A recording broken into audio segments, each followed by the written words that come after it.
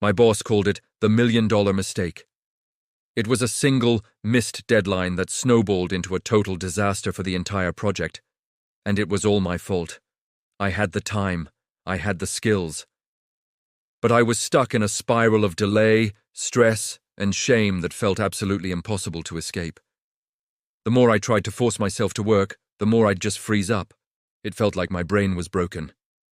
Turns out, it wasn't broken. It was just following a very predictable script. And I finally figured out how to write a new one.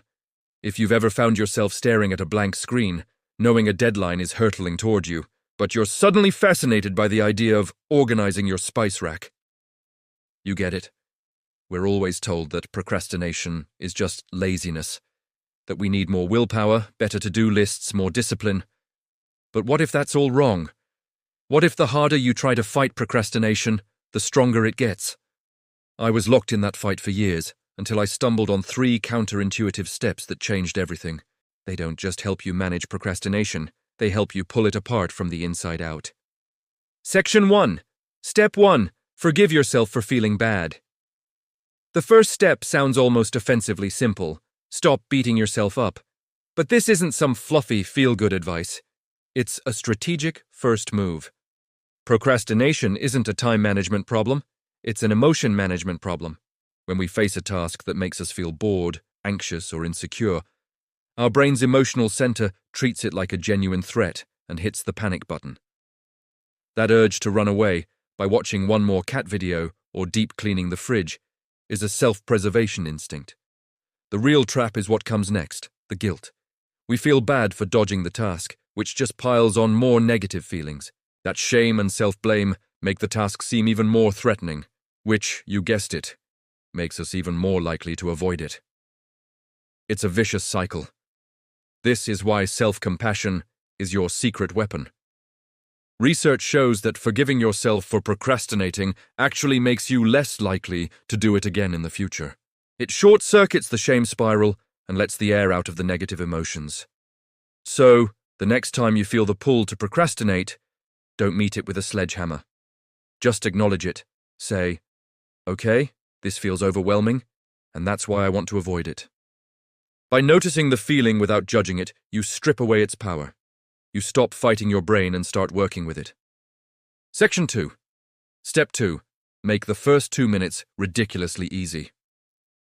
Our brains are hardwired to resist huge, scary-looking efforts.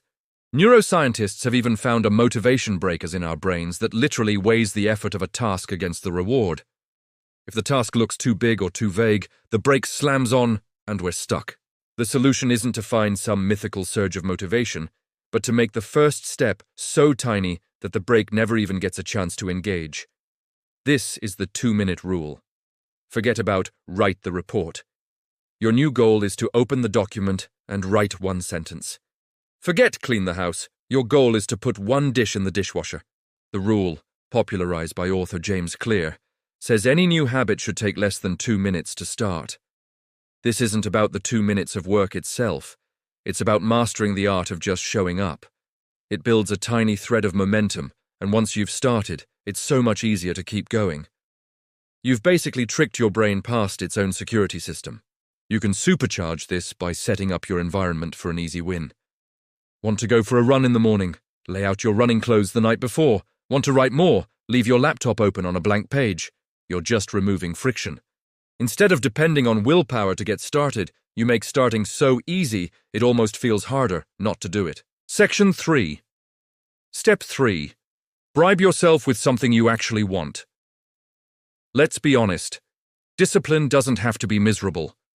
It's really about finding clever ways to get things done. One of the most effective tricks is called temptation bundling. The strategy, developed by researcher Catherine Milkman, is simple. You pair something you want to do with something you need to do. The catch?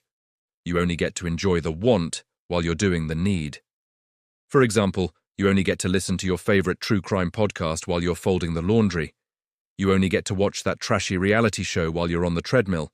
This works because it connects an immediate reward to an unpleasant task. Procrastination happens because the payoff for our hard work, like a finished project, is way off in the future. But the discomfort is right now. Temptation bundling gives your brain an instant hit of pleasure, which helps override the urge to avoid the task. Instead of seeing the chore as a drag, your brain starts to associate it with the reward you've tied to it.